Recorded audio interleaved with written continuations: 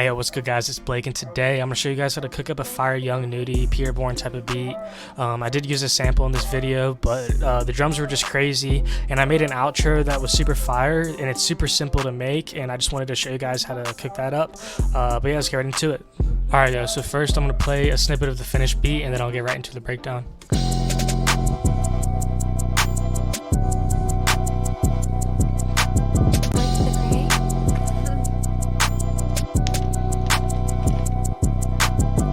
Starting off with a sample, I got it from my boy NUDY.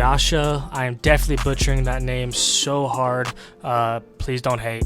But yeah, so the sample was super fire, and I really didn't do too much to the melody. I just pitched it up 220 cents, and I threw a compressor on it, and I pushed up the gain 2.7 decibels, and I just put on an EQ to cut out the low end for the 808. And I also raised the BPM from 130 to 160. Starting off with the 808, so I knew I was going to go a NUDY Pierre style for this beat, and as you know, if you listen to them, they use really distorted 808s on a lot of their beats, so I made sure I got a distorted 808. I got this 808-6 plug 808 from Mexico Dro Kit, and what I did was I didn't do anything to it actually.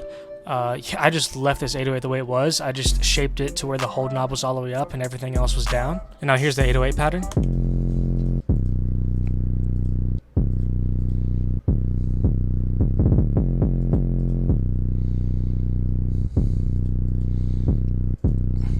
This 808 pattern is honestly more complex than what I would usually have my 808s as.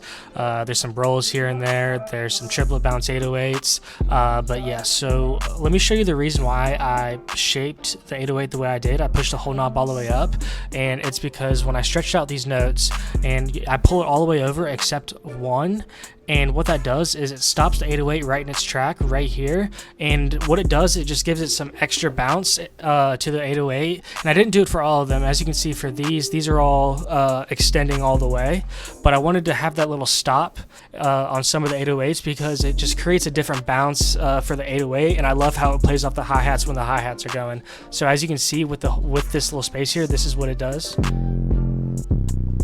It just has that little stop, and I really like that in my 808 bounce, especially for young nudie beats. To make sure your 808s are hitting as hard as they can without clipping, you just throw on the soft clipper to your master, and then you're good to go. Next, just a basic clap.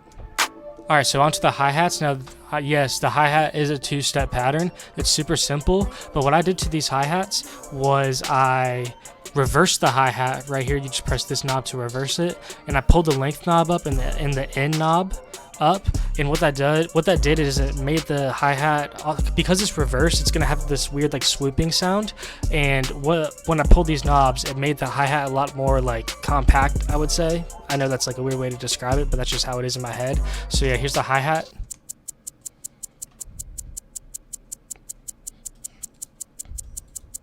I also raised the hi-hat up to one semitone to the C sharp. And also what the reverse effect does for the hi-hat is it makes it almost sound like you're messing with the velocities here on the hi-hat, but it's really just, as you can see, all the velocities are the same, and it just gives the hi-hat a different bounce and groove that a regular hi-hat wouldn't give. Now here's a triangle. I have the triangle layered with the second clap. Next is a crash. This is just the OG Mexico Dro crash that you hear in all the plug beats, and I just thought it added a lot of energy to the beat. I don't know why, I just love that crash so much. Now here's the snares.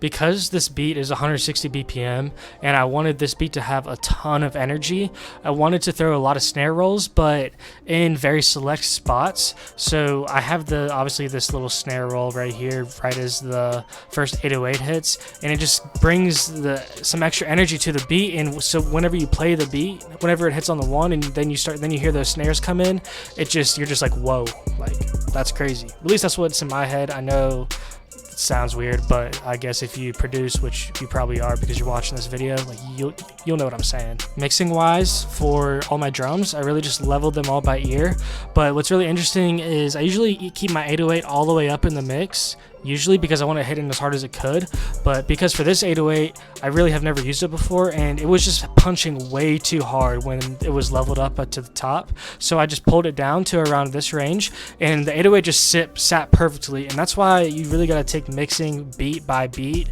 because with different drum sounds you're gonna have to level your drums a different way, because all the sounds are not leveled out the same. So that's why you shouldn't go by a certain rule book of how to mix your beats, because it really just all depends. With experience and practice, you'll improve immensely. But yeah, I really left all the effects dry on all the drum sounds. Alright, so now on to the outro. I'm going to play a snippet of the section first, and then I'll get into breaking down how I did it.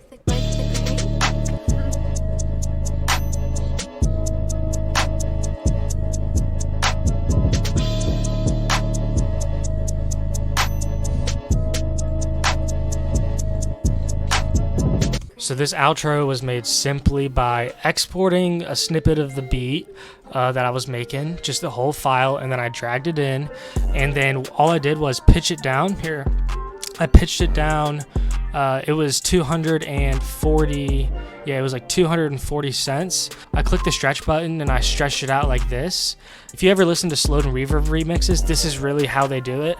Well, it's how I do it, because I used to post tons of Slowed and Reverb remixes, and this is how I would do it. But except for this one, I didn't add any reverb. All I did was I pitched it and I stretched it, and it just makes a whole new vibe for the beat. And I wanted that for the outro, just to give you a little surprise at the end of the beat, and maybe the rapper can switch up the flow for like the back section of the beat for the outro, just to give them some variety and just for ear candy for the listener. And that's about it, guys. Thank you so much for watching, and I'll see y'all next time.